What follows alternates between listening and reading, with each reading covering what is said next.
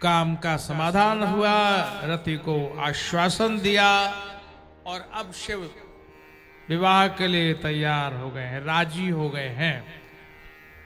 तो अब बारात की तैयारी तो होनी ही होनी है, दूल्हे को सजाया जाना है।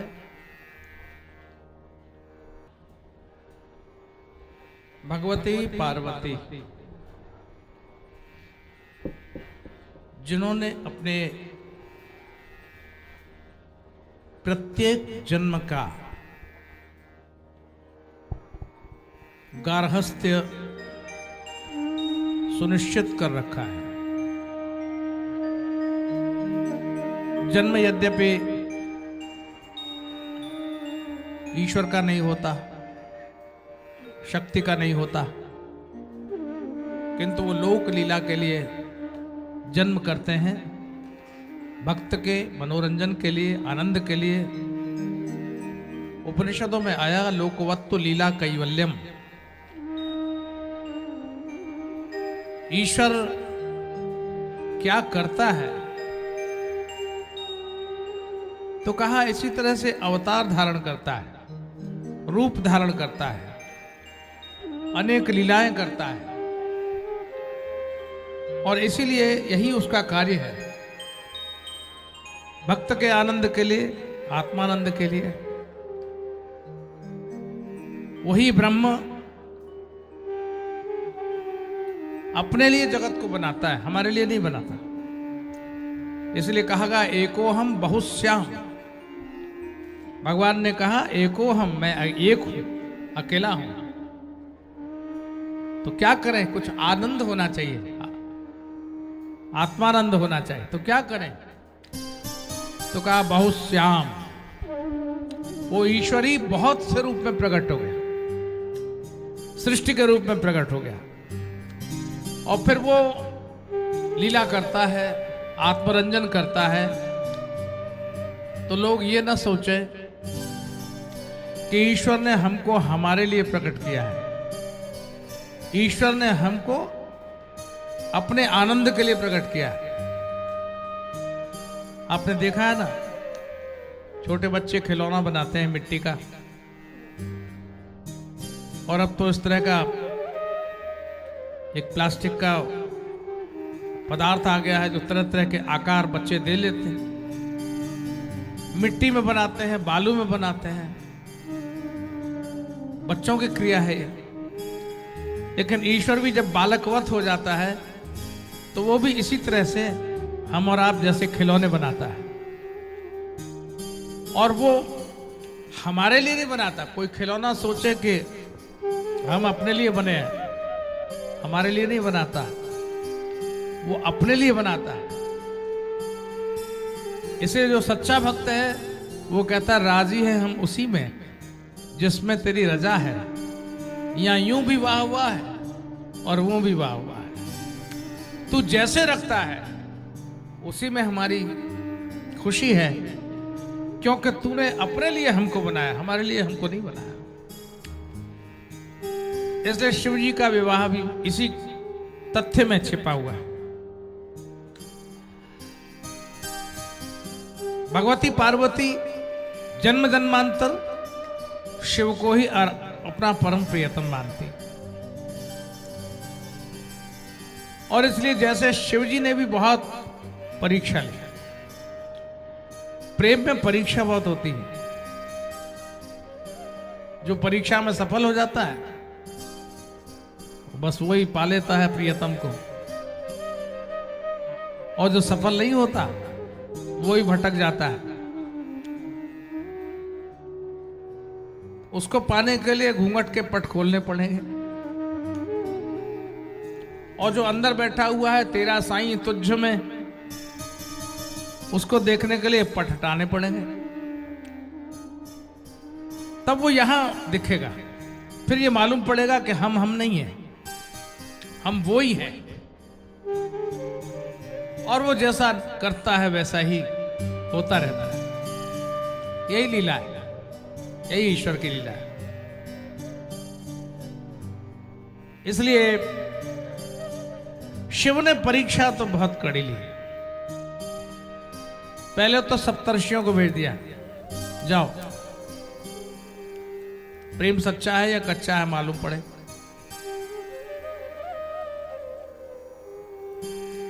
सप्तऋषि पहुंच गए और पार्वती जी को कहने लगे, तुम्हारे लिए तो हमने एक बहुत अच्छा वर देखा है, जिसके चरणों में लक्ष्मी रहती, जो क्षीर सागर में रहता है, जो समस्त ऐश्वर्यों का स्वामी है, वो बहुत अच्छा है। तो पार्वती जी ने कहा, क्या उसका ब्याह हो गया है? बोले, ब्याह तो एक हो गया है, लक्ष्मी के साथ ब्याह हो चुका है।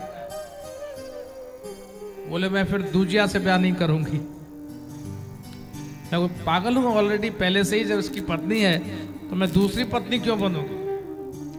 नहीं नहीं, और अगर पहले भी तुम मिल जाते ये प्रस्ताव लेकर तो भी मैं ये मानने को तैयार नहीं होती। मेरे गुरुजी ने कहा है कि मेरा विवाह शिव के साथ होगा। सप्तर्षियों ने कहा, हम तुम कहा बर नीक विचारा। अरे अच्छा, आप दूल्हा हमने देखा तुम्हारे लिए और तुम मना कर रहे हो? बोले, अब तो जन्म संभुहित हारा और को गुण दूषण करे बिचारा।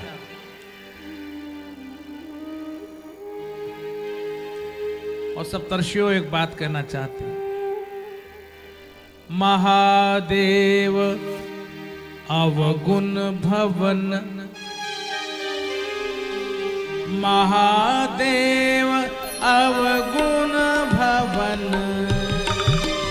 महादेव अवगुण भवन, विष्णु सकल गुण धाम, विष्णु सकल गुण धाम, जेहि कर मन रम जाहि सन, यही कर मन रम जाहि, तेहि देहि सरकार, तेहि देहि सरकार। अब तो जन्म शंभुहित हारा, अब तो जन्म संभुहित हारा, को गुण दूषण करहि बिचारा, को गुण दूषण करहि बिचारा। जन्म कोटि लगे रगर हमारी, जन्म कोटि लगी रगर हमारी, परौ शंभु न तुरहु कुंवारी, परौ शंभु न तू रहु कुंवारी। जिन पर मन हार दिया, अब उनका गुण और दोष क्या देखना। मन जहां अटक गया फिर क्या देखना। हे ऋषियों, ये आप अपनी सलाह किसी और को दीजिए, मैं महेश के अतिरिक्त और किसी से विवाह करने वाली नहीं। तो ये दृढ़ संकल्प था भगवती पार्वती का, और वो इसीलिए उनके संकल्प को देखकर भगवान शिव ने निश्चय किया, ठीक है, मैं तैयार हूं। पर एक बड़ी अद्भुत बात है, जैसी भगवान शंकर की बारात हुई और जैसा भगवान शंकर का श्रृंगार हुआ, आज तक किसी का नहीं हुआ और दूसरा कोई कर भी नहीं सकता। पहले तो लड़का ही तैयार नहीं होगा, जरा कह के देख लो, किसी के बेटे की शादी करीब आ रही हो, तारीख निश्चित हो गई हो, और लड़के से कहो बेटा तू बैल पर चढ़ के चलियो, बताओ कोई तैयार होगा? बैल की सवारी करेगा कोई? कोई नहीं करेगा। शिव जैसा ब्याह कोई कर नहीं सकता, करेगा ही नहीं। कारण क्या है? शिव एक सूत्र देते हैं ज्ञान का, तुम जैसे हो वैसे ही रहो। बेचारा दूल्हा, किराए की घोड़ी है, किराए की घोड़ी होती है ना, ये उसके घर की होती है, किराए की लाता ना, एक दिन का राजा होता है वो किराए का। और मोहर लगा दी, पगड़ी पहना दी, हाँ बड़ा जच रहा है दूल्हा। और कुछ लोग शर्त रख देते हैं, भाई बारात तो वहां आनी चाहिए। कौन सी जगह चाहिए? भाई फलानी जगह होनी चाहिए, राजमहल में होनी चाहिए। तुम्हारे बाप ने भी कभी राजमहल में की है शादी? अस्वाभाविक सोच आदमी का। जीवन हमेशा जैसा रहता है, आदमी उस जीवन को स्वीकार करने को तैयार नहीं है, और एक दिन के लिए वो राजा हो जाता है। और कभी कभी तो आफत ये आती है कि जब वो सावा तेज होता है विवाह का, तो वो बाजे वाले, जो बैंड बाजे वाले, वो एक एक दिन में 4-4, 5-5 बारात ले लेते हैं। और वो कहते हैं इतने बजे से इतने बजे तक हम आपकी बारात चढ़ा सकते हैं। अगर हाँ कहिए तो बुक करते हैं, और नहीं तो हमारे पास समय नहीं। आप बिना बैंड बाजे के कैसे बारात चलेगी? तो लोग हाँ कर देते हैं,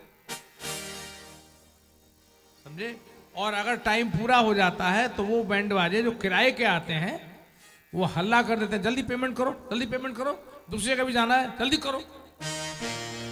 अरे तो बेटा उधार का लेकर क्या करता है? शंकर जी ने कहा डमरू मेरा काफी है, बैंड बाजा क्या करेगा? यहां जब डिम डिम डिम डिम बजता है तो वो ही बड़ा घोष करता है। मेरी श्रृंगी बजती है तो वो भी बड़ा मधुर स्वर चारों तरफ फैल जाता है। तुम बैंड बाजे वाले का क्या करोगे? लोगों ने कहा घोड़ी ले आवे। शंकर जी ने कहा क्या घोड़ी? अपना बैल है ना, कितना बढ़िया नंदी है, हैं? हमेशा सवारी करते आए हैं, और आज जब मौका आया ब्याह के अवसर का तो नंदी जी बेचारे दुखी हो जाएंगे।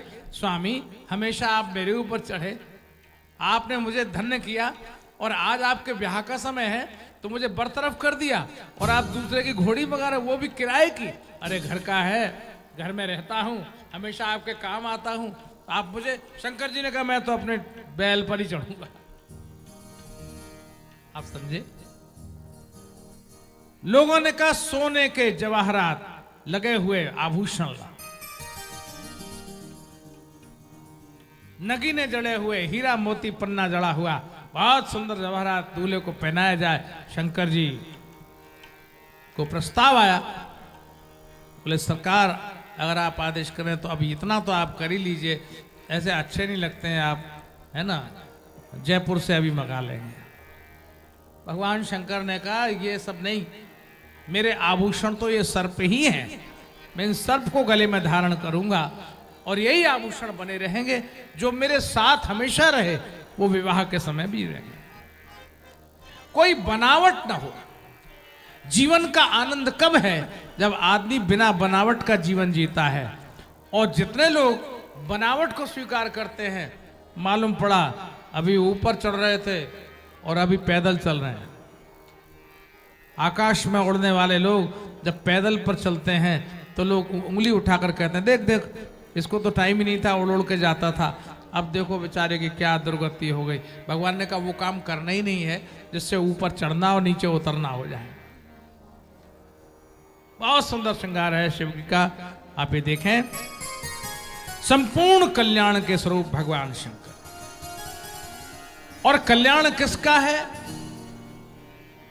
जो जीवन को स्वाभाविक जीता है। अस्वाभाविक जीवन जीने वाले कभी कल्याण की प्राप्ति नहीं कर सकते। दिखावा करने वाले लोग कल्याण की प्राप्ति नहीं कर सकते।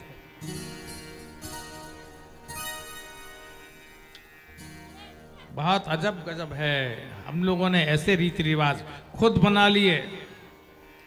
हलवाइयों को बुलाया शादी ब्याह का समय, उनसे पूछा भाई मेनू बताइए, हलवाई ने मेनू बना दिया, कितने प्रकार के व्यंजन, और कहा भाई ये बनेगा ये बनेगा ये बनेगा, इतने प्रकार की रोटी और इतने प्रकार की दाल और इतने प्रकार की सब्जी, इतने प्रकार की मिठाई और दही बड़ा, ये वो चाट पकौड़ा,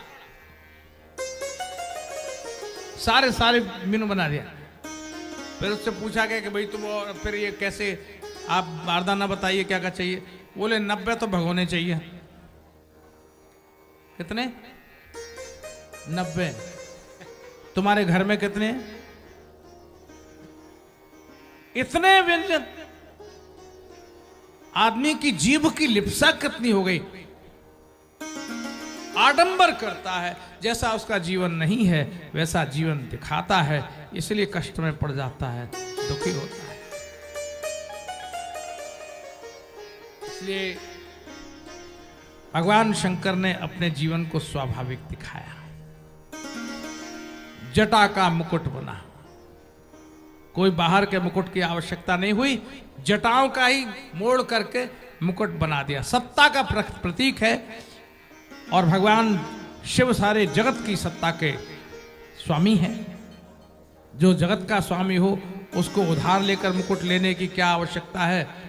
जो सोने चांदी का मुकुट सिर पर धारण करते हैं, एक न एक दिन उनका मुकुट उतार दिया जाता है, लेकिन जो जटाओं का मुकुट बनता है उसको उतारने की किसी की हिम्मत नहीं। कौन उतारे? बाल कौन खींचेगा? अपने शरीर के ही जटाएं हैं, उसी का मुकुट बना करके भगवान शंकर को सोच, जटा मुकुट अहि मोर संवारा, ऐसा रामायण में आया। सर्पों की मोर बना दी, यो फण लग उठाए हुए सर्प, एक इधर से एक इधर से, अरे बड़े खूबसूरत लग रहे हैं। शिव का श्रृंगार है।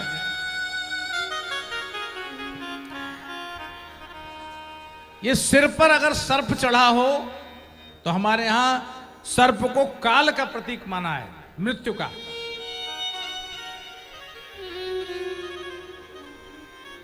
काल का प्रतीक है सर्प। आप भागवत सुनते हैं, उसमें भी आप देखते हैं काल व्याल मुख ग्रास त्रास निर्णाशे है तवे, काल रूपी सर्प ही सबको परेशान कर रहा है। भगवान शिव ने काल को अपने ही अंग में सजा लिया, चारों तरफ सर्प है, माने जो काल की बाधकता से परे है, काल के नियंत्रण से परे है, काल को जो स्वयं नियंत्रित करता है वो महादेव है। इसलिए व्याल के कुंडल हैं, सर्प के ही कुंडल कान में लटके हुए। जब शादी हो गई ना तो वो आती है ना दूल्हे राजा से कुछ ना कुछ मांगने के लिए, कंवर साहब से कुछ ले लो।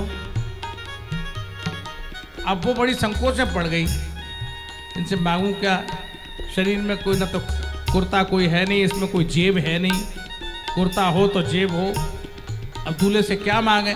फिर भी आदत पड़ी हुई थी मांगने की, शंकर जी से नेक मांगने पहुंच गई। शंकर जी ने कान में से एक सर्प का कुंडल निकाला और उसको दे दिया, और वो भागी तो भागी। बोले महाराज ये सांप थोड़ी मांगा था। बोले यही है मेरे पास, जो मेरे पास है वही मैं दे सकता हूं। भगवान शंकर ने उसको आभूषण बना लिया। व्याल के कुंडल हैं, और साधना के समय कान बंद रहे, ये संकेत देते हैं।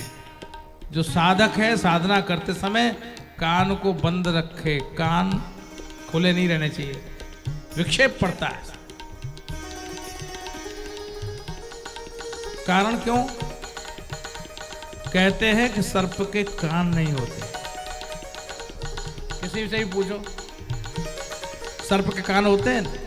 नहीं होते। वो लाख बीन बजाएगा, लेकिन कहते हैं कि सर्प के कान होते ही नहीं है। वो तो बीन की धमक से, वैसा इशारे से वैसे ही नाचता है।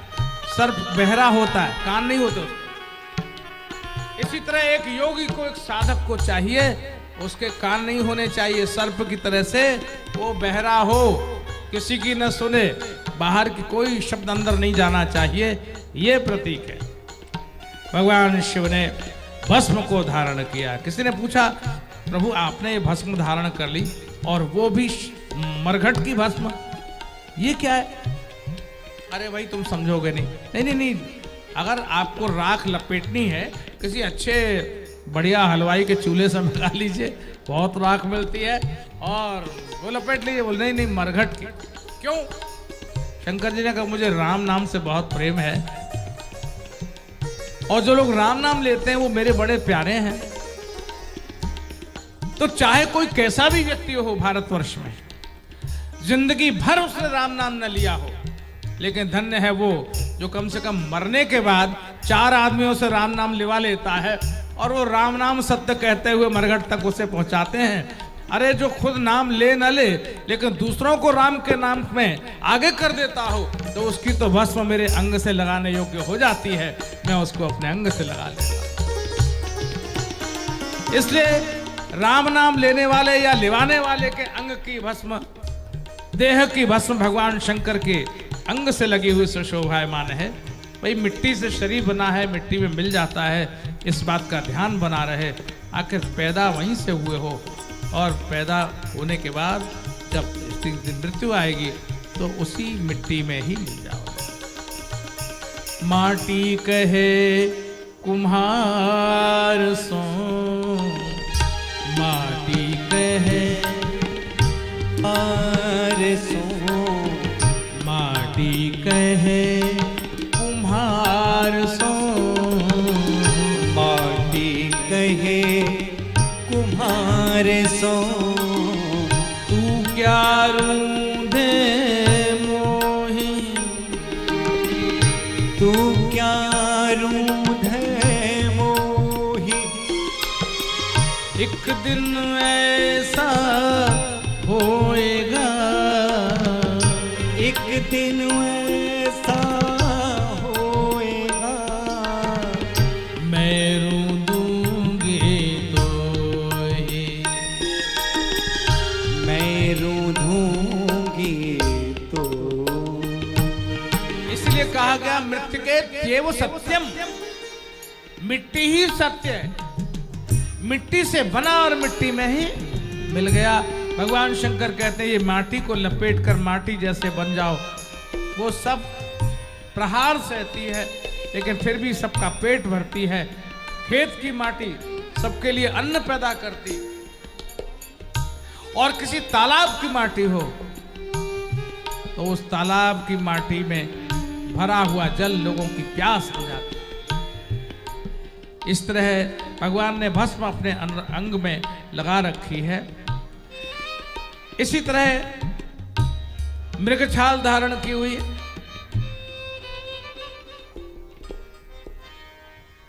जिसके पास कुछ शक्ति होती है उसमें आत्मविश्वास बहुत होता है,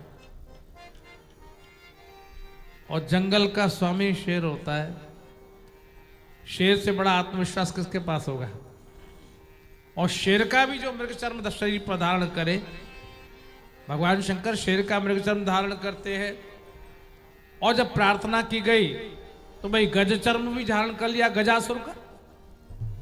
लेकिन ये विश्वास का प्रतीक है, आत्मविश्वास का प्रतीक है। जीवन का कर्म करो, आत्मविश्वास के साथ चलो। यह चंद्रमा शीतलता का प्रतीक है। मस्तक पर चंद्रमा धारण है, माने दिमाग गर्म हो जाए तो उल्टा सीधा कुछ भी करता है आदमी। तो क्या करो, माने दिमाग ठंडा रखो। और ऐसे मौके पर जरूर ठंडा रखो जब कहीं तुम अगर दूल्हे की भूमिका में आ गए हो, तो दूल्हे का मिजाज अगर गर्म हो जाए तो सारा गड़बड़ हो जाता है। और दूल्हे के पिता कहते हैं लड़की वाले से, देखो भैया हमें कुछ नहीं चाहिए, हमारे बारातियों को खुश कर देना। और बाराती कहते हैं हमें कुछ नहीं चाहिए, हमारे दूल्हे राजा को खुश कर देना। दूल्हे राजा कहते हैं नहीं नहीं, हमारे बारातियों को, दोस्तों को, मित्रों को खुश कर दीजिए।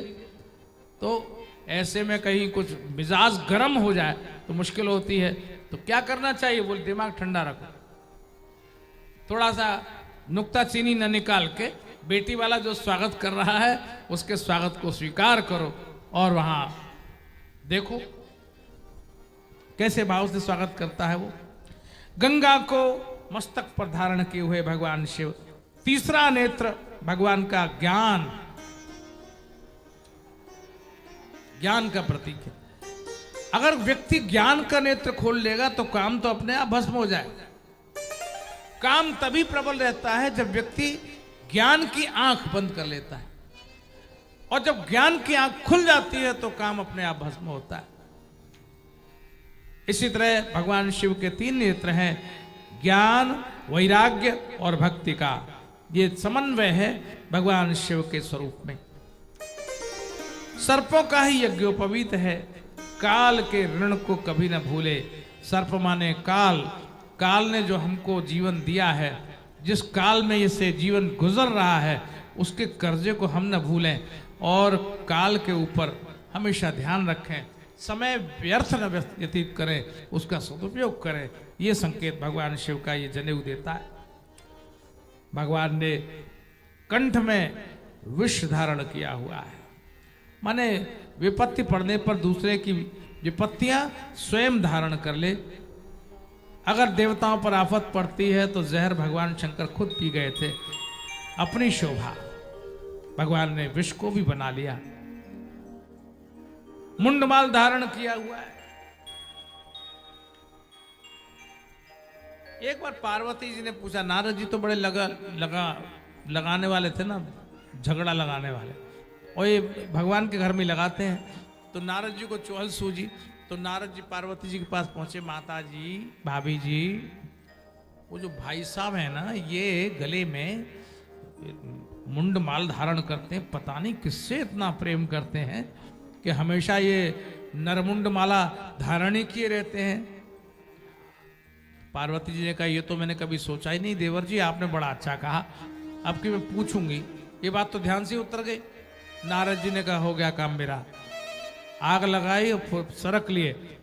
अब एक दिन शांति से बैठे हुए थे शंकर जी, और पार्वती जी ने पूछा, भगवान स्वामी, ये एक बात पूछना चाहती हूँ। हाँ, तुम तो पूछती रहती हो, अच्छी बात है, ज्ञान की, भक्ति की, वैराग्य की, सब बहुत बात पूछती हो, बोलो क्या पूछना चाहती हो। तो पार्वती जी ने कहा, वो जो आपने ये गले में ये मुंडमाला धारण की हुई है, ये किससे आप इतना प्रेम करते हैं कि मरने के बाद भी उसकी मुंडमाला गले में धारण की हुई है? किन किन की है? क्योंकि नारद जी और कह गए किन्हीं स्त्रियों की है, पुरुषों की नहीं है। तो भगवान शंकर थोड़ा चौंके, उन्होंने कहा, देवी ये बताओ, नारद तो नहीं आए थे? ये नारद की कुछ गड़बड़ी, नारद के बिना ये बात हो ही नहीं सकती है। तुम्हारे दिमाग में ये बात कैसे आ गई? नारद आए थे क्या? बोले हाँ आए तो क्या, आते ही रहते नारद तो। अच्छा, तो पार्वती जी बोले बताइए बताइए। तो शंकर जी बोले अब रहने भी दो। वो नहीं, आपको बताना ही पड़ेगा, वरना आज ना मैं खाऊंगी ना तुम्हें खाने दूंगी, लगे रहो समाधि में। शंकर जी ने कहा, ये नारद हमेशा उल्टा सीधा करते रहते हैं, कोई ना कोई खटपट खटपट कर देते हैं। देखो पार्वती, अब तुम पूछ रही हो तो बताता हूं। मैं तो अजन्मा हूं, इसलिए मेरी कभी मृत्यु नहीं होती, लेकिन तुम बार बार मुझे ही प्रियतम के रूप में पाने के लिए तपस्या करती हो। तो हे देवी, ये किसी और के मुंड नहीं है, ये तुम्हारे जितने जन्म तुमने धारण किए हैं और उन जन्म के बाद जितनी बार तुमने शरीर छोड़ा है, उन समस्त शरीरों के मुंड मैंने माला में पिरोकर कंठ में धारण कर लिए। मैं तुमसे इतना प्रेम करता हूं, इसलिए ये मुंड माला। समाधान हो गया, पार्वती जी को संतोष हो गया। अरे मैं तो कुछ और समझी थी, ये स्त्रियों के, अरे भाई स्त्री तुम ही हो, तुम्हारे ही मुंडमाल है। पति देवता अगर ऐसा समाधान करना जानते हैं तो पत्नी की कृपा के पात्र बने रहेंगे। तो कुछ ना कुछ समाधान सोच के रखिए अगर कुछ गड़बड़ की हो। तो शंकर जी ने ये मुंडमाला धारण की हुई है, आज बारात में जाने की तैयारी, बैल पर चढ़े हुए हैं, मुंडमाला गले में पड़ी, वो भी सुशोभित हो रही है, और तब बारात चलने की तैयारी। हाथ में त्रिशूल है। ये तीन शूल कहे गए हमारे यहां, दैहिक, दैविक, भौतिक। ये तीन ताप हैं, ये जीव को दुखी करते रहते हैं। भगवान शंकर ने तीनों तापों को अपने हाथ में रखा हुआ है, वश में है। जो शिव की आराधना करता है वो तीनों तापों से मुक्त हो जाता है, उसे कोई ताप नहीं लागू होता, भगवान शंकर का प्रिय पात्र बन जाता है। ये त्रिशूल का अर्थ यहां दिया जा सकता है। डमरू में नाद है, भाई लयात्मक जीवन होना चाहिए। डमरू बजता है माने जीवन की लय कभी न बिगड़े, ये ध्यान रखना। जीवन आनंद में बना रहे, इसकी लय कभी न बिगड़े, ये ध्यान रखने वाली बात है। जब जीवन बेलय हो जाता है तभी दुख होता है और व्यक्ति परेशान हो जाता है। जिस बैल पर चढ़े हुए हैं वो भी क्या है, वो साक्षात धर्म है। ये धर्म है। धर्मराज, आगे आप कथा में चर्चा सुनेंगे। मनवंश में अनरण्य नाम के राजा थे। अनरण्य राजा की एक बेटी थी जिसका नाम था पद्मा।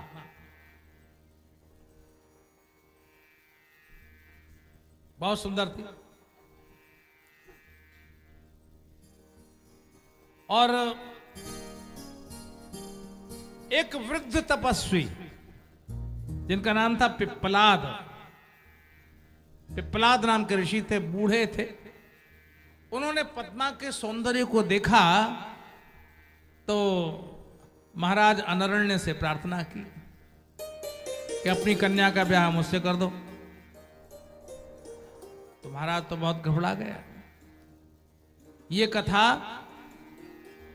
गुरुदेव वशिष्ठ और उनकी धर्मपत्नी अरुंधति दोनों ने हिमालय को समझाई, क्योंकि हिमालय संकुचित हो गए। ये बाबा जी को बेटी थोड़ी ब्याहूंगा, ये बूढ़े बूढ़े को नहीं ब्याहूंगा, ऐसे भी नहीं ब्याहूंगा, घर का न बार का।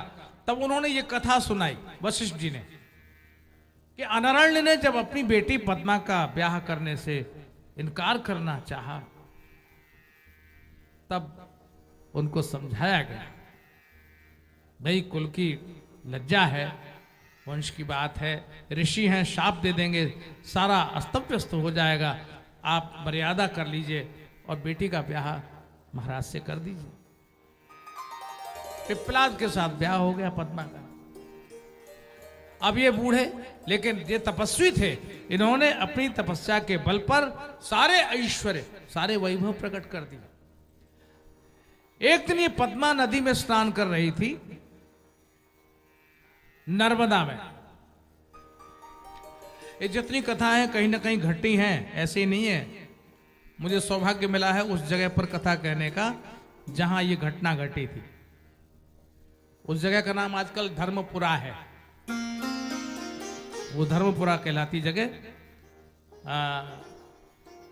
जहां नर्मदा जी का प्रवाह है और जिला नरसिंहपुर पड़ता है, वहां धर्मराज ने तपस्या की थी। वो जगह मुझे नर्मदा पुराण कहने का अवसर प्राप्त हुआ, तो धर्मराज के नाम से ही धर्मपुरा उसका नाम हो गया।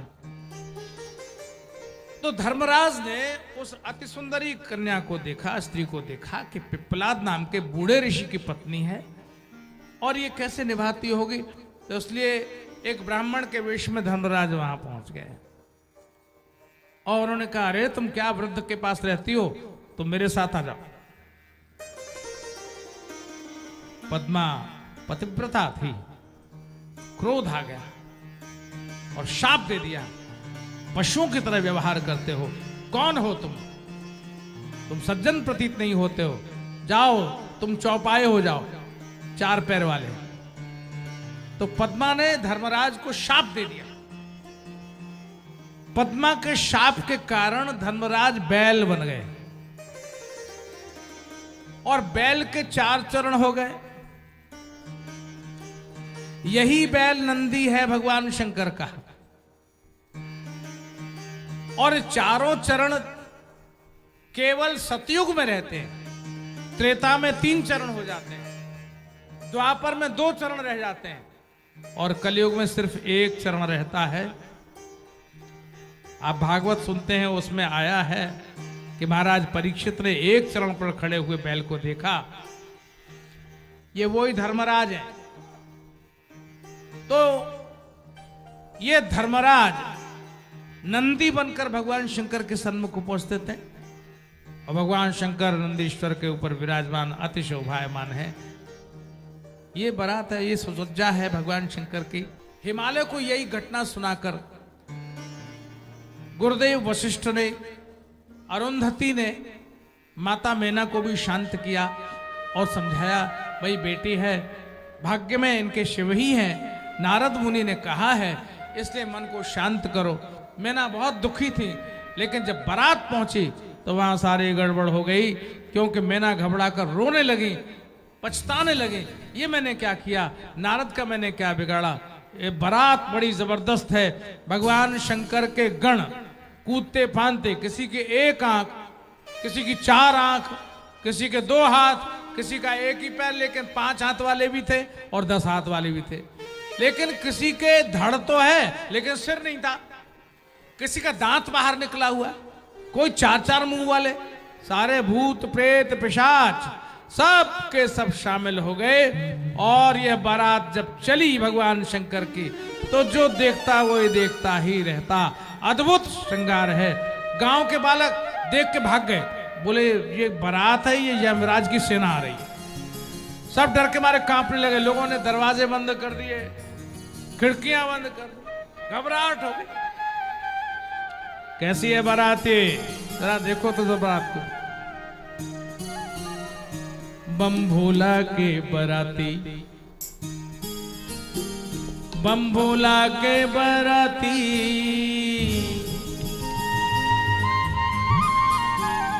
बम भोला के बाराती, देखो अजब सुहाती।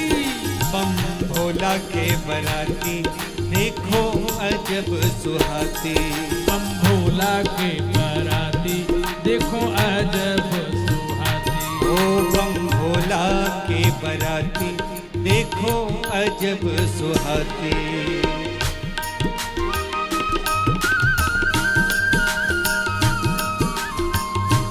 जय हो।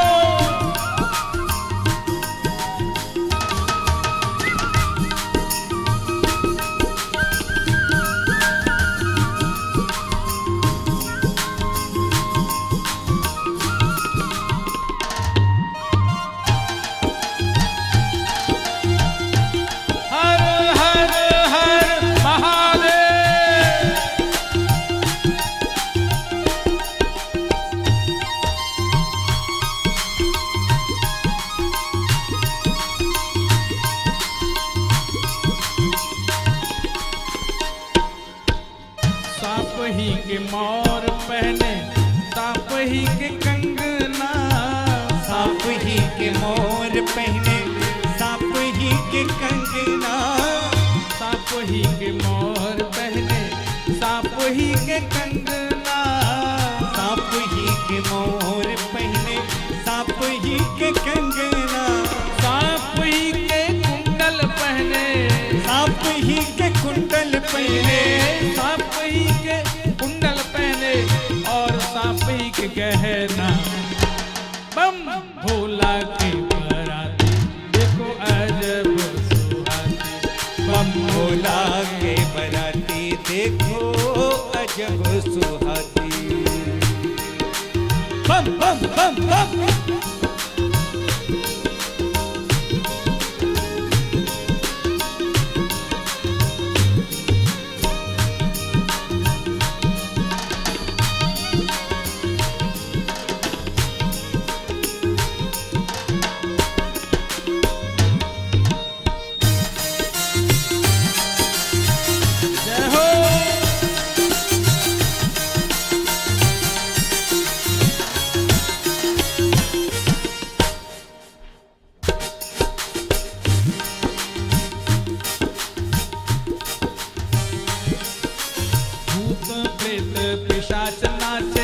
अजब है तमाशा, भूत प्रेत पिशाच नाचे, अजब है तमाशा।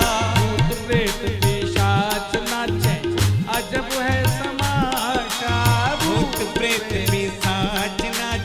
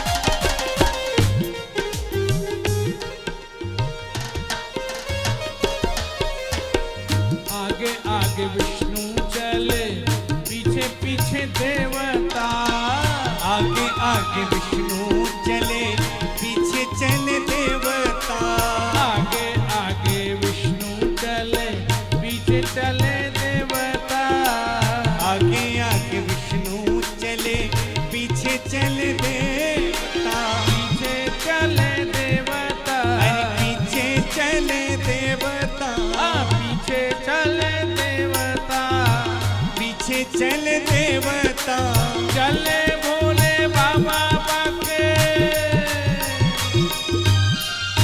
चले भोले बाबा बाके, चले भोले बाबा बाके, ससुराजी देवता भोला की बराती देखो अजब सुहाती। बम भोला के बराती देखो अजब सुहाती। बम भोला की बराती देखो अजब सुहाती। बम भोला के बराती देखो अजब सुहाती। अजब सुहाती देखो अजब सुहाती। अजब सुहाती देखो अजब सुहाती। बम भोला की बराती देखो अजब सुहाती। बम भोला के बराती देखो अजब सुहाती।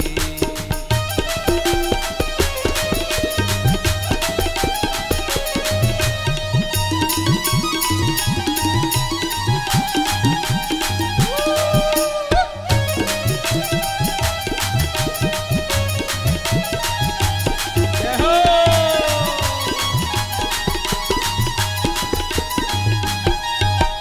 बम बम बम बम लहरी। बम भोले बम भोले बम भोले।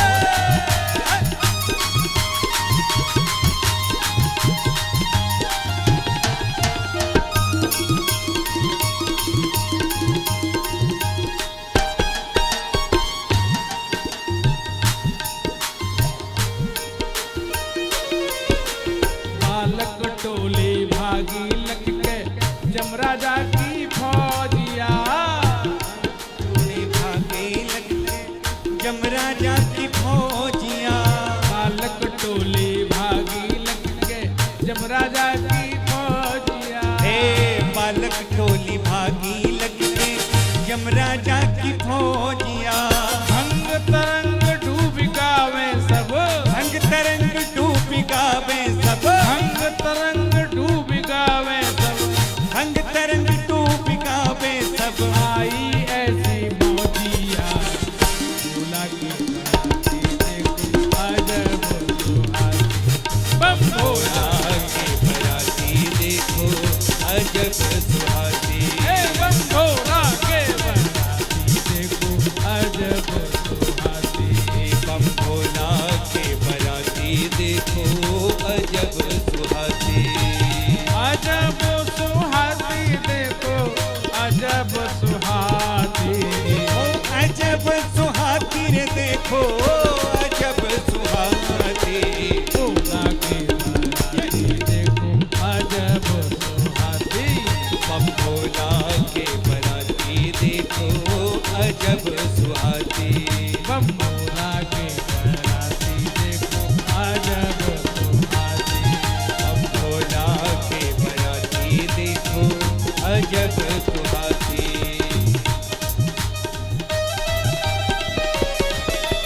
हर हर हर हर।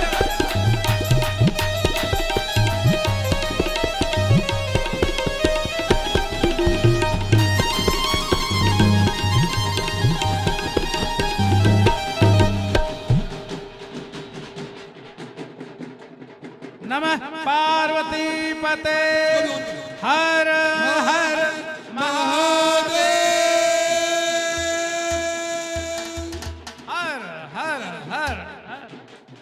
आज के आनंद की आज भगवान शिव और मातेश्वरी जगदम्बिका श्री पार्वती जी का आनंद में विवाह संपन्न हो रहा है। इस अवसर पर मैं चाहूंगा कि आप जरा उच्च स्वर में बधाई शब्द का उच्चारण कर दीजिए। तो जो आज बधाई शब्द बोलेंगे उनके घर में मंगल ही मंगल होगा, और जो चुप रह जाएंगे वो गूंगे हो जाएंगे। तो आप सोच लो। इस अवसर पर हमारे बीच में जयपुर की जो महापौर हैं श्रीमती ज्योति जी खंडेलवाल और श्री शरद जी खंडेलवाल दोनों ही यहाँ उपस्थित हैं। उनका बारात में अभिनंदन है और हिमाचल की ओर से बहुत स्वागत है। भगवान शंकर भी उनको आशीर्वाद देते हैं कि उनके जीवन में हमेशा आनंद छाया रहे। ये हम भगवान शिव की ओर से व्यासपीठ से घोषणा करते हैं। आप सबको भी बहुत नित्य नूतन नव मंगल होता ही रहे, ये हमारे आप सबको आशीर्वाद हैं।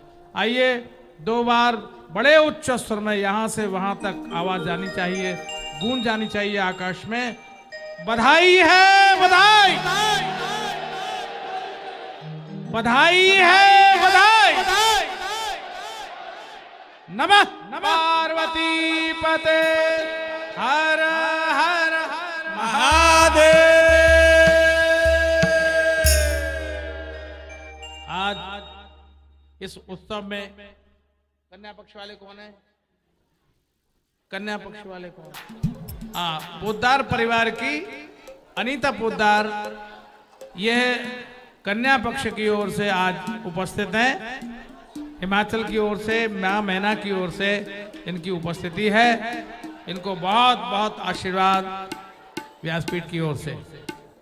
और वर पक्ष में हमारे ब्रह्मा जी, जो स्वयं इनसे ही शंकर जी उत्पन्न हुए हैं और शंकर जी से ये उत्पन्न हुए हैं। क्योंकि जब पूछा गया कि वर के बाप का नाम क्या है तो कहा गया ब्रह्मा, और कहा कि फिर उनके बाप का नाम क्या है तो कहा शंकर। तो ये एक दूसरे के बाप बेटा हैं। तो बड़ी अच्छी बात है। दोनों को हमारे शत शत प्रणाम है, कोटि कोटि प्रणाम है। भगवान शंकर के इस आनंदमय दरबार को दर्शन करते हुए हम धन्य हैं इस जयपुर की पावन नगरी में।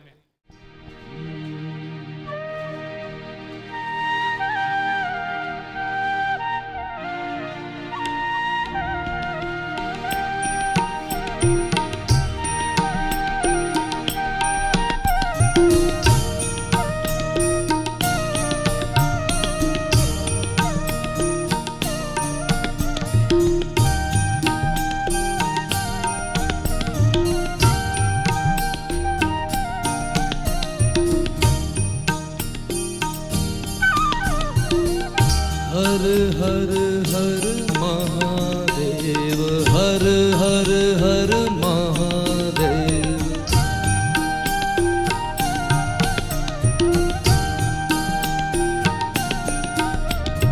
हर हर हर महादेव, हर हर हर महादेव।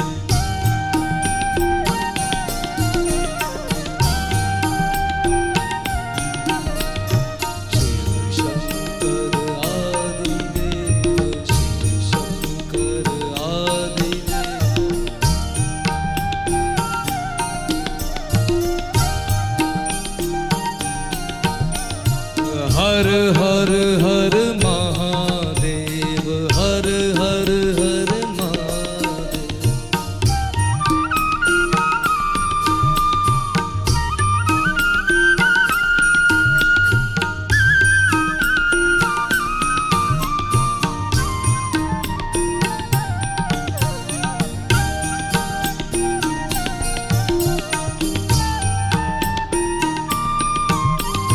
परमेश्वर अखिलेश्वर, परमेश्वर अखिलेश्वर।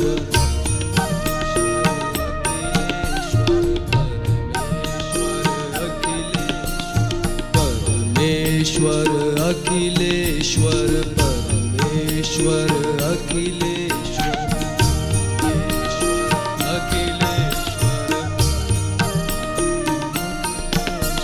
परमेश्वर अखिलेश्वर, परमेश्वर अखिलेश्वर। अखिलेश्वर परमेश्वर अखिलेश्वर। तांडव प्रिय शशि शेखर, तांडव प्रिय शशि शेखर। तांडव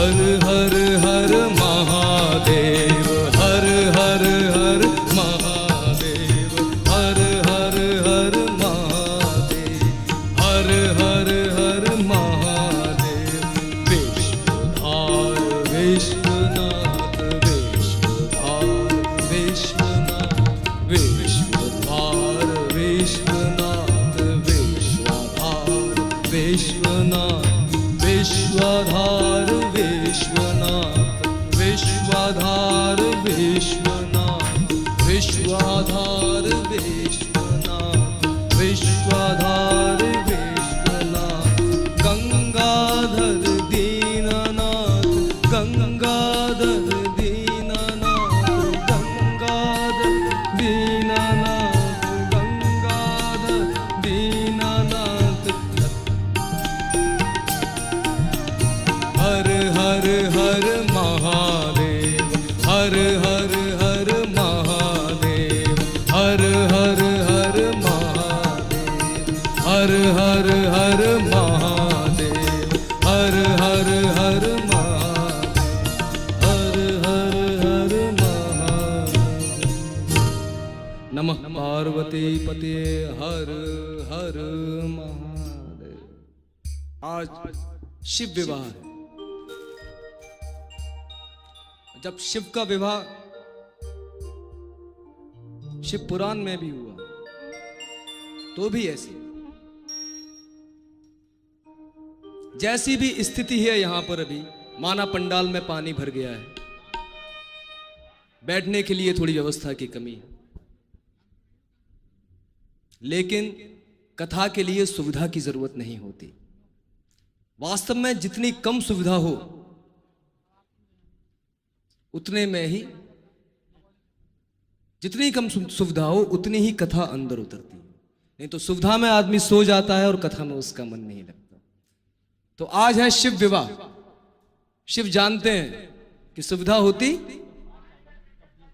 तो यहां लोगों को सोने में आसानी भी हो जाती, शायद मन भी कहीं इधर उधर भाग जाता,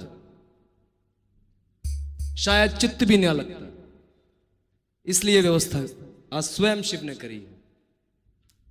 इसमें दोष ना देखें, परेशान ना हो, इसमें भी आनंद लें। विगत 3 दिन से हम शिव सूत्र की चर्चा कर रहे हैं। आज हम जिस सूत्र पे प्रकाश डालेंगे वो सूत्र है चित्तम मंत्र प्रयत्न साधक गुरु उपाय शरीरम हवि ज्ञानम अन्नम विद्या संहारे तत् उत्तम स्वप्न दर्शनम। अर्थात चित्त ही मंत्र है, प्रयत्न ही साधक है, गुरु उपाय है, शरीर हावी है, ज्ञान ही अन्न है, विद्या के संहार से स्वप्न के दर्शन पैदा होते हैं। पहली बात, चित्त ही मंत्र है। मंत्र क्या होता है? थोड़ा मंत्र की परिभाषा पे थोड़ा गौर किया जाए। मंत्र का मतलब वही नहीं जो केवल वेदों में लिखे। यहां जिस मंत्र की बात कही गई है उसका अर्थ है पुनरुक्ति, रिपीटेशन। किसी भी चीज को बार बार रिपीट करना, और यही चित्त की वृत्ति होती है। चित्त हर चीज को बार बार रिपीट करता है, इसीलिए इसे एक सर्किल, एक वृत्त कहा गया है। आज का जो मनुष्य जी रहा है उसे ध्यान में, भक्ति में जो कठिनाई होती है वो चित्त के कारण ही होती है। वो भी एक वृत्ताकार में घूमता ही रहता है, अपने चित्त के कारण उसमें फंसा ही रहता है। चित्त मंत्र है, पुनरुक्ति है, बार बार अपने को दोहराता है।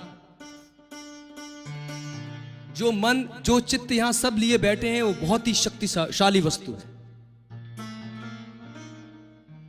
चित्त में जब कोई भी धारणा अंदर आती है और उस धारणा की आप पुनरुक्ति करते हैं, अर्थात उसको मंत्र बना लेते हैं, तो वो प्रकट हो जाता है। ये शास्त्र की बात नहीं, ये बिल्कुल प्रैक्टिकल बात है। आज के आधुनिक युग के वैज्ञानिक इस पे बहुत रिसर्च कर रहे हैं। वो कहते हैं आपको जिस चीज की आवश्यकता है आप उसका विचार मन में करें और उसको बार बार दोहराएं, दोहराते रहें, दोहराते रहें, दोहराते रहें। फिर एक समय ऐसा आएगा कि वो विचार पदार्थ के रूप में प्रकट हो जाएगा। ब्रह्मांड की समस्त ऊर्जा, क्योंकि आपके अंदर ही स्वयं वो ब्रह्मांड निहित है, उस पदार्थ को आपके सामने लाके खड़ा कर देगा। हम जीवन के जितने भी कृत्य करते हैं वो सब चित्त से ही करते हैं। कोई भी आदत होती है वो चित्त से होती है। आदत कैसे पड़ती है? पुनरुक्ति से। पुनरुक्ति अर्थात मंत्र से। किसी भी चीज को बार बार बोलना ही मंत्र है। आपने कभी गौर किया हो चाहे ना किया हो, कभी आप सोचें, अगर आप किसी बुरी आदत को छोड़ना चाहते हैं तो क्या इतनी आसानी से छोड़ पाते हैं? कोई भी लत क्या वो छूट पाती है? और नहीं छूट पाती है तो क्यों नहीं छूट पाती? बात यहीं चित्त से चालू होती है। उदाहरण के तौर पे अगर आप कोई व्यसन करते हैं, आप सिगरेट पीते हैं और आप चाहते हैं कि आप उसको छोड़ें, आप पूरा प्रयास करते हैं लेकिन तब भी थोड़ा विघ्न पाते हैं, नहीं छूट पाती। क्यों नहीं छूट पाती? उसकी आदत लगी भी तो कैसे लगी? एक बार पी, दोबारा पी, 3 बार पी, पुनरुक्ति होती चली गई, बार बार पीना चालू कर दिया। एक से प्रारंभ किया था, कब 1 पैकेट हो गया, कब 2 पैकेट हो गए, पता नहीं लगा। करते करते करते करते वही आचरण बन गया। जब विचारों की लगातार पुनरुक्ति होती है तो वो आचरण बन जाता है, वो आचरण में उतर आता है। कब आचरण बन गया वो पता ही नहीं चला, वो मंत्र बन गया। मन उसको दोहराने लगता है, चाहिए। जब आप उसको छोड़ना चाहते हैं तो बात दूसरी हो जाती है। आप बहुत प्रयास करते हैं, नहीं छूट पाता। क्या कारण है? क्योंकि आप मन में भी इस बात को दोहराते हैं कि अब मैं नहीं पीऊंगा। जब जब अंदर से उस बात की हुड़क उठती है, आप मन में उसको दोहराते हैं कि मुझे नहीं पीनी है, सिगरेट नहीं पीनी है। यह बात मन में और गहरी है। आप मन में फिर उस चीज को दोबारा ध्यान कर रहे हैं। जिस चीज को आप छोड़ रहे हैं उस पर आपका पूरा ध्यान केंद्रित है। रशिया का एक वैज्ञानिक हुआ, उसका नाम था पावलेव। उसने हजारों लोगों के व्यसन छुड़ा दिए और उसका तरीका थोड़ा दूसरा था।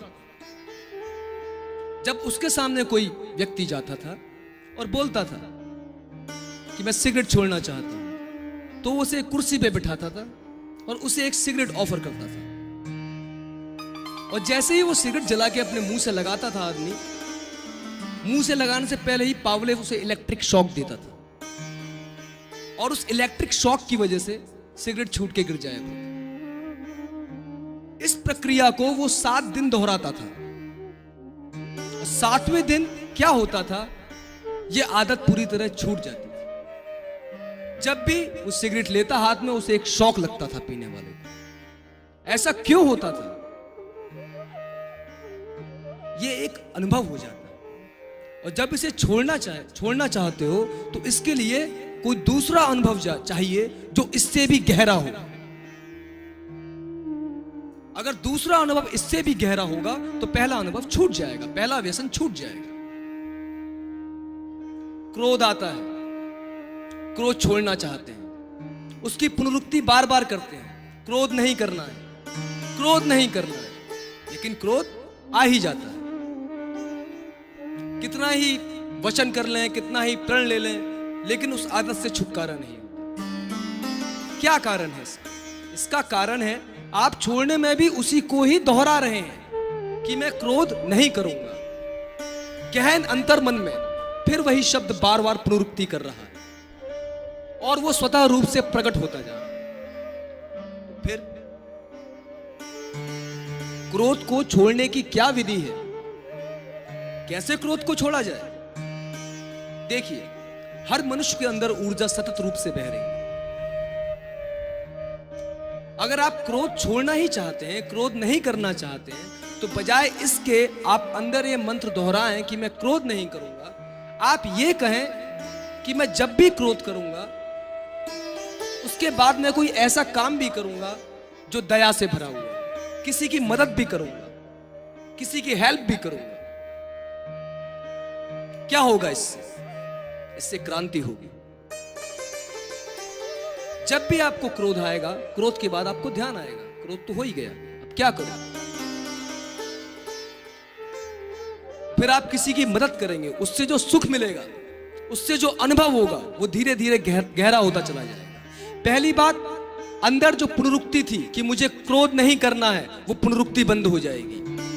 उसकी जगह जो होगा मंत्र, वो होगा मुझे दया दिखानी, मुझे प्राणी मात्र पे दया करनी।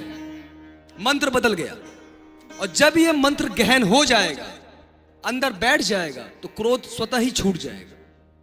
क्रोध, जो ऊर्जा क्रोध में बहती थी, वो अब दया में बहेगी, वो अब प्रेम में बहेगी।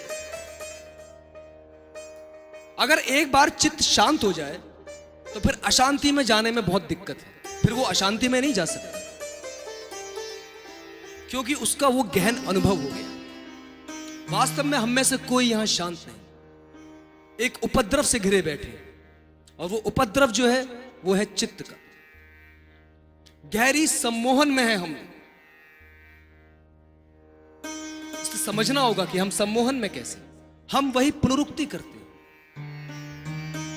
उठते हैं, काम करते हैं, वापस घर आते हैं, सो जाते हैं। हर चीज की पुनरुक्ति ही हो रही है एक वृत्त के आकार में।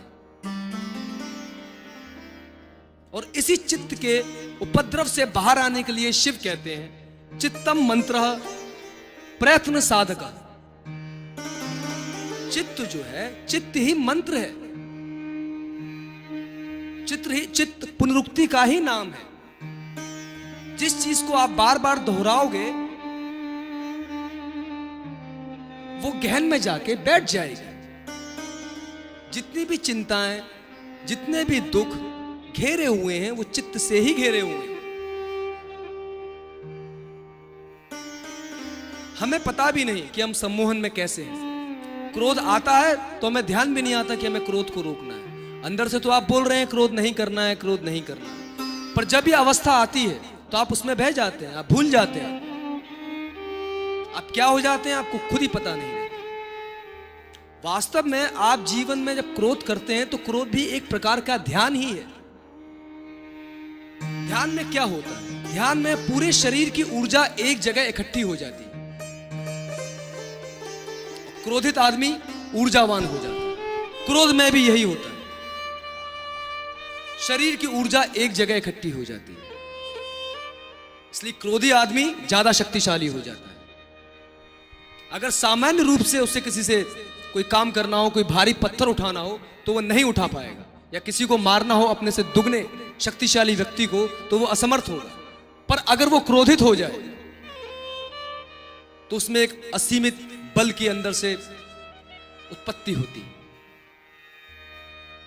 क्रोध भी एक प्रकार का ध्यान ही है। ये हम जो कर रहे हैं, ये ध्यान ही है, पर यह गलत दिशा का ध्यान। हमें पता भी नहीं कि गहन में हम इसे ध्यान बनाए जा रहे हैं। जिस चीज को हम छोड़ना चाह रहे हैं, उस चीज की हम बार बार पुनरुक्ति कर रहे हैं, बार बार बार बार बार बार, तो वो छूट नहीं सकती। प्रयत्न साधक है, और प्रयत्न ही साधक है। चित्त से बाहर आने के लिए महाप्रयत्न की जरूरत है। जिस दिन मनुष्य की आंखें खुल जाती हैं, वो चित्त से बाहर हो जाता है। वास्तव में वही चित्त के बाहर आना हुआ।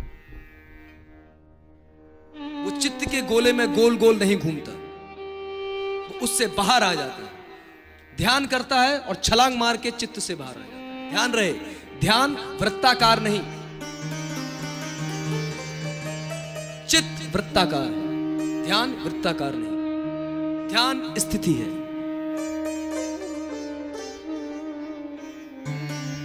आप देखते हैं, आप कहीं जाएं, कहीं भाषण सुनने जाएं, भाषण देने वाले ने कोई बात कही, भले ही आपको समझ में आई चाहे नहीं आई, जब तालियों की गड़गड़ाहट होगी, तो आपके हाथ भी स्वतः ही अपने आप ताली बजाने लगेंगे। आप भी उसी भीड़ का हिस्सा हो जाएंगे। यही सम्मोहन। वैज्ञानिकों ने पाया कि जितने भी पूरी दुनिया में एक्सीडेंट होते हैं 50% एक्सीडेंट रात को 12 से 3 बजे के बीच में। 12 से 3 हमारा सोने का समय होता है। मन को पता है ये जो समय है ये सोने का समय है। और उस समय जब ड्राइवर गाड़ी चलाता है अंधकार होता है, चारों तरफ उसे कुछ भी दिखाई नहीं देता। फिर सड़क पे बनी सफेद पट्टियां, उनकी पुनरुक्ति होती है, वो घूमती हैं आंख के सामने। सम्मोहन के समय में क्या होता है, आपको जब सम्मोहित किया जाता है तो आपको एक चक्र दिखाया जाता है जो घूमता रहता है। आपको बोला जाता है कि आप उस पर ध्यान लगाएं। ऐसा ही उस समय हो जाता है। गाड़ी की ध्वनि एक ही ध्वनि, उसमें भी फर्क नहीं, एक ही ध्वनि चलती जा रही है। पट्टियां भी पुनरुक्ति कर रही हैं, पीछे जाती जा रही हैं। ये सम्मोहन में जाने की अवस्था है। गाड़ी चलाने वाले को पता ही नहीं लगता कब वो तंद्रा में चला गया और कब गाड़ी से एक्सीडेंट हो गया। जितने लोग दूसरे वर्ल्ड वार में मारे गए थे उससे 2.5 गुना एक्सीडेंट में मारे गए हैं अभी तक। यह है स्थिति मनुष्य की। इसीलिए आत्मविचार बहुत जरूरी है, आत्मनिरीक्षण बहुत जरूरी है। अपना निरीक्षण करें। मनोवैज्ञानिकों ने एक दवाई का प्रयोग करते हैं जिसे वो कहते हैं प्लाज्मा। यह है एक झूठी दवा। इसका प्रयोग कैसे किया गया? 10 रोगी जो कि एक ही रोग से पीड़ित थे, उन्हें दवाई दी गई। जिनमें से 5 को दी गई दवाई और 5 को दिया गया पानी। पर उनमें से किसी को नहीं पता कि कौन सी दवाई है और कौन सा पानी है। उन्हें इस चीज का आभास भी नहीं कि इसमें पानी भी है। और जब उन्होंने दवाई पी ली और जो परिणाम सामने आए, रिजल्ट सामने आए, बड़े ही आश्चर्यजनक थे। 10 के 10 आदमी ठीक हो गए। दवा का काम केवल 10% है और पुनरुक्ति का काम 90%। जब डॉक्टर आपको दवाई लिख के देता है वो बताता है दिन में 3 बार, दिन में 4 बार। क्या है वो? पुनरुक्ति है। एक धारणा है कि अच्छे डॉक्टर कैसा होता है? महंगा होता है। भले ही दवाई वो कोई भी लिखे, पर अगर आप ज्यादा पैसा दे रहे हैं तो आपको यह लगता है कि हम ज्यादा पैसा दे रहे हैं, ये अच्छा डॉक्टर है और ये मुझे ठीक कर देगा। आपकी यही सोच आपको ठीक कर देती है।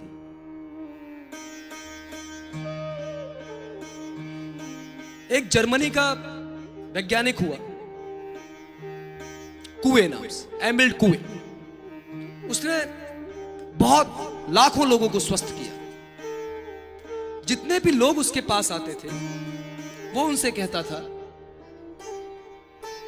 कि आप ये दोहराएं कि मैं स्वस्थ हो रहा हूं, मैं स्वस्थ हो रहा हूं और मैं स्वस्थ हूं। वो सबसे इसी मंत्र का जाप करवाते थे और आश्चर्यजनक परिणाम सामने आए।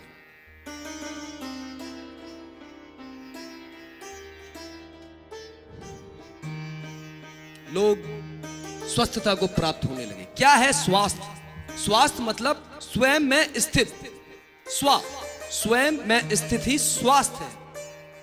तो वास्तव में कितने स्वस्थ हैं, यह सोचने वाली बात है। स्वास्थ्य की कोई परिभाषा नहीं होती, परिभाषा रोग की होती है। स्वास्थ्य की कोई परिभाषा नहीं। अगर आपसे पूछा जाए what is health, then you won't be able to define it. Reason being it has no definition. कोई परिभाषा है ही नहीं उसकी। रोग की परिभाषा है, स्वास्थ्य की नहीं। डॉक्टर रोग की ही परिभाषा करता है। कोई भी नई दवाई जब लॉन्च होती है, उदाहरण के तौर पे सेरिडोन अभी दवाई आई है, उसका एड आता रहता है दिन भर टीवी पे।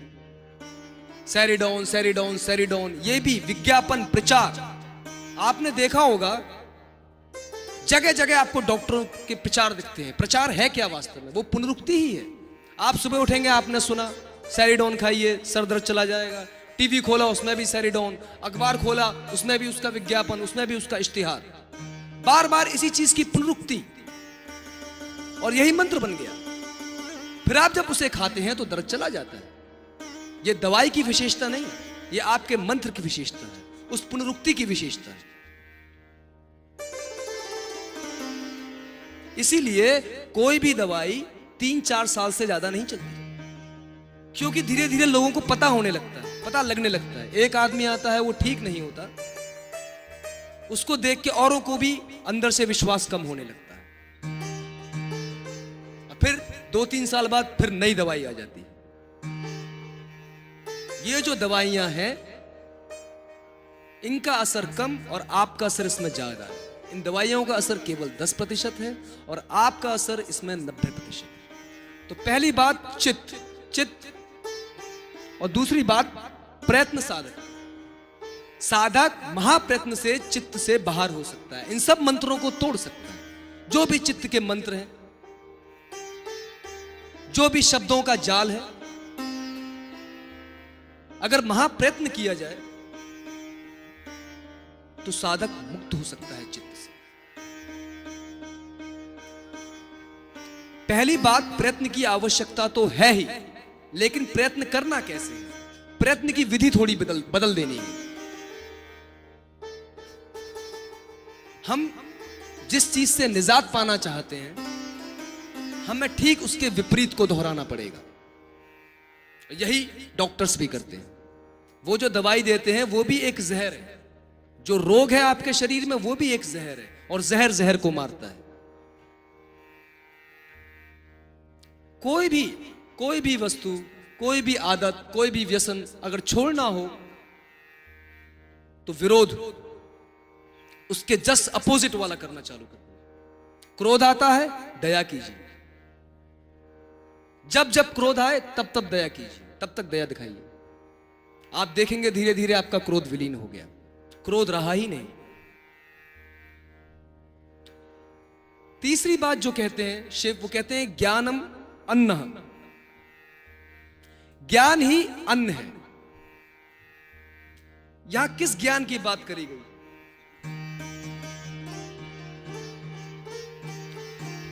ज्ञान का मतलब यहां शाब्दिक अर्थों से नहीं।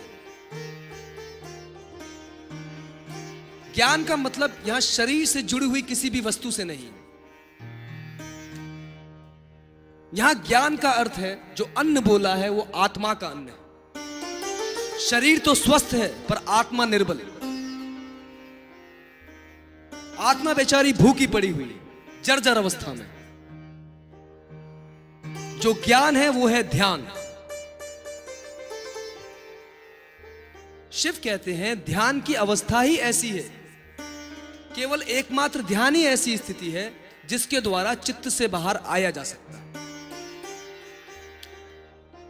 जब तक आप चित्त में हैं तब तक आप उसी से बंधे हुए हैं। आपने कभी देखा है, कभी एक प्रयोग करें, एक मुर्गी को पकड़े और उसके सामने एक लकीर खींचे। मुर्गी की गर्दन पकड़े, उस लकीर पर लगा दें ताकि उसकी आंखें उसे देख सकें। जैसे ही मुर्गी की लकीर उन आंखों को देखेगी, आप मुर्गी को छोड़ दें, आप पाएंगे मुर्गी उसी स्थिति में है। मुर्गी उसी स्थिति में रहेगी, गहन सम्मोहन में चली जाएगी, उसे पता भी नहीं हम कब सम्मोहन में चले गए, हमें इस बात का खुद आभास नहीं। जगत के सम्मोहन में, शरीर के सम्मोहन में हम चित्त ही मान बैठे। चित्त ने हमको नहीं पकड़ा है, पर दशा हमारी वही है, ऐसे चित्त ने हमको पकड़ रखा है। जैसे बहेलिया होता है, तोते को पकड़ने के लिए क्या करता है? पतली सी डोरी बांधता है। जब तोता आके डोरी पर बैठता है तो अपने भार के कारण उल्टा हो जाता है, और उल्टा हो जाने के बाद वो कस के पकड़ लेता है धागे को। वो कहता है मैं गिरा। वो भूल जाता है कि वो उड़ भी सकता है। इस बात की विस्मृति हो जाती है और वो जोर से उल्टा लटक के पकड़ लेता है धागे को। और बहेलिया आता है, उसे लेके चला जाता है। यही हमारी स्थिति है। हमने चित्त को पकड़ा हुआ है, चित्त ने हमें नहीं पकड़ा हुआ। जिस दिन इस बात की पुनरुक्ति करने लगेंगे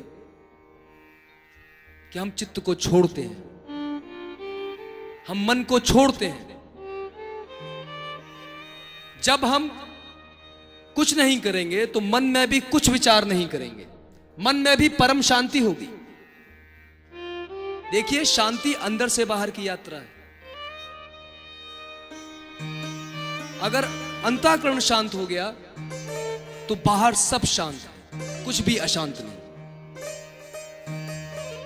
पर अगर मन ही शांत नहीं है तो बाहर कहीं शांति नहीं मिलेगी। आप कहीं भी शांति वाली जगह पे चले जाएं, आप पहाड़ पे चले जाएं, जंगल चले जाएं, कहीं रहें, चित्त में शांति नहीं तो कोई फायदा नहीं।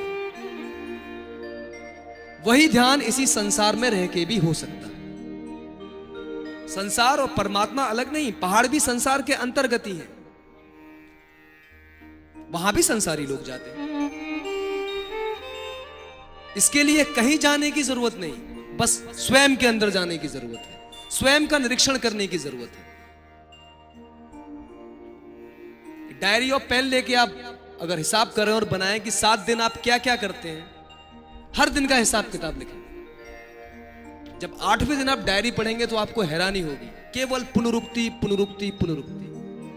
वही जिंदगी, वही जीवन, जिसको आप जीवन कह रहे हैं वो जीवन नहीं है, वही पुनरुक्ति है केवल, उसके अलावा कुछ नहीं।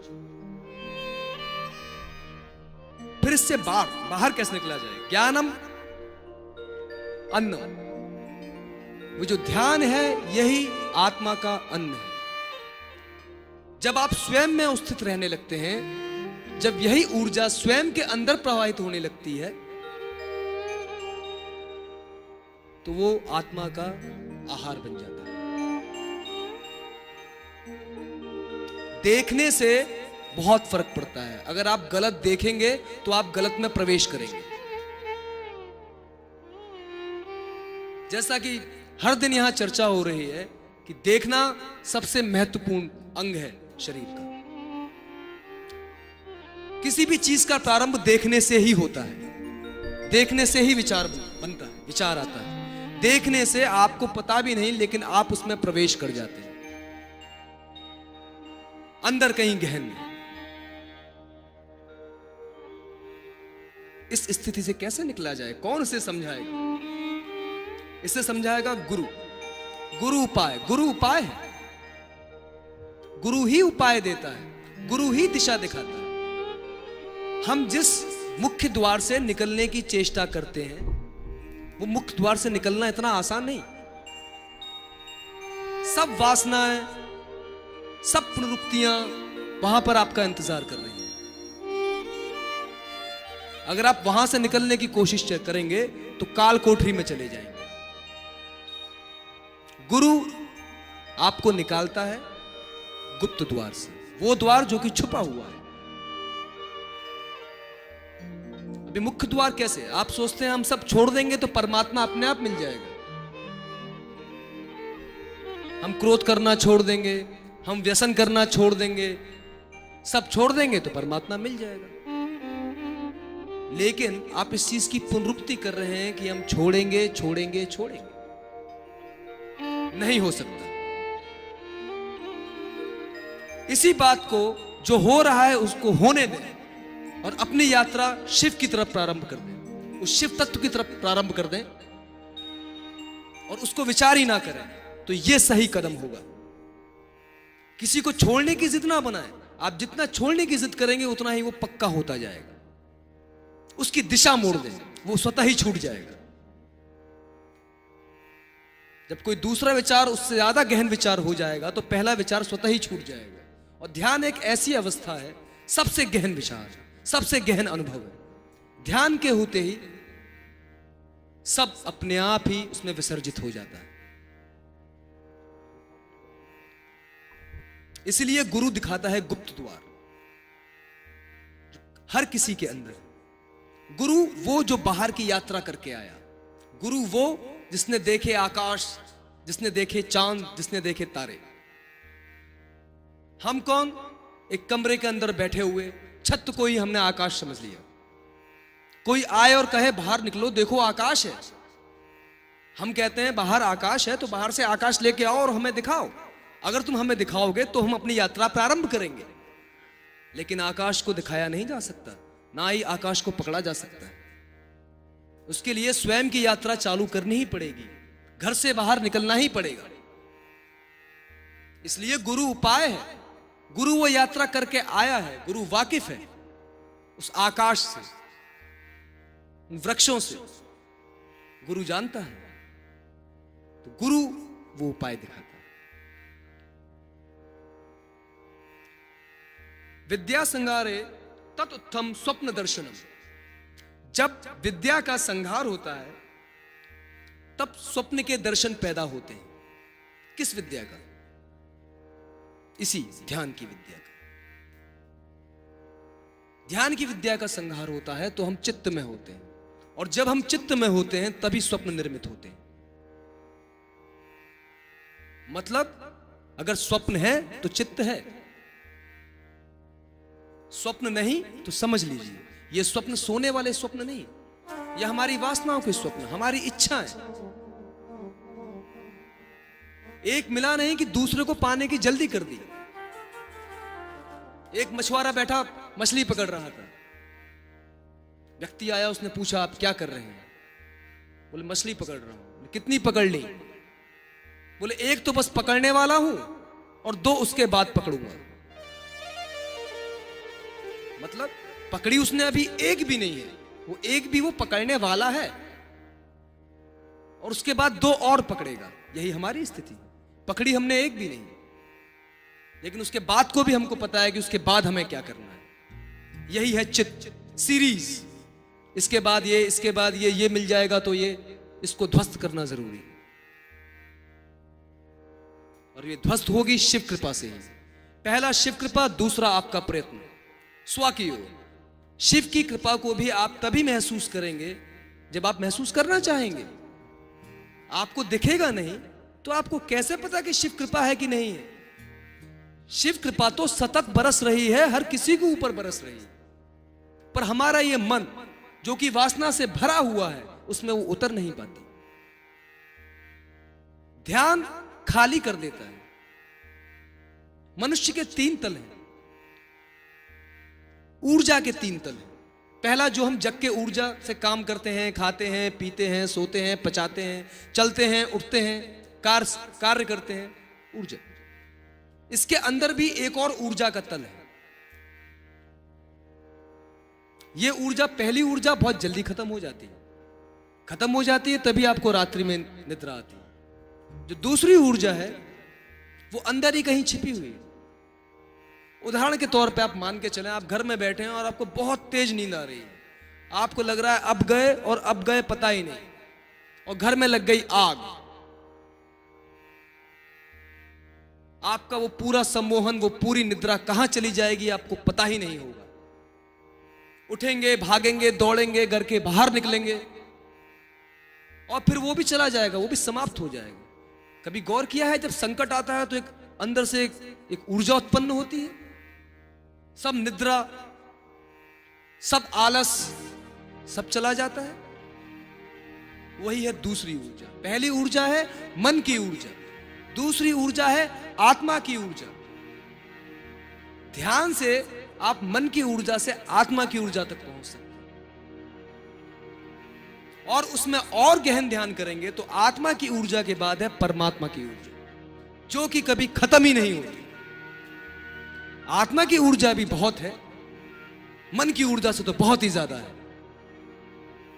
हमारे ब्रेन में 7 करोड़ सेल्स हैं और एक सेल में 1 करोड़ सूचनाएं इकट्ठी की जा सकती हैं। आपको पता है दुनिया की जितनी लाइब्रेरी हैं वो एक आदमी के पूरे दिमाग में फीड करी जा सकती है। इतना विस्तार है इस दिमाग का। इसलिए चित्त को नियंत्रण में लाना या चित्त से बाहर आना इतना आसान नहीं। गुरु ही है, गुरु ही आपको चित्त के बाहर निकालेगा, और गुरु भी मिलेगा शिव कृपा से। और यात्रा की शुरुआत तब होगी जब आप पहला कदम रखेंगे और स्वयं कहेंगे कि मैं अंतर यात्रा पर निकलता हूं। शिव की कृपा उसी समय से प्रारंभ हो जाएगी जिस समय से आप खाली हो जाएंगे।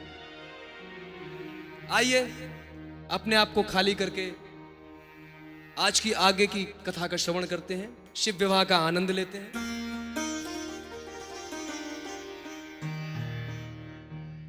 ओम नमः शिवाय, ओम नमः शिवाय, ओम नमः शिवाय, ओम नमः शिवाय।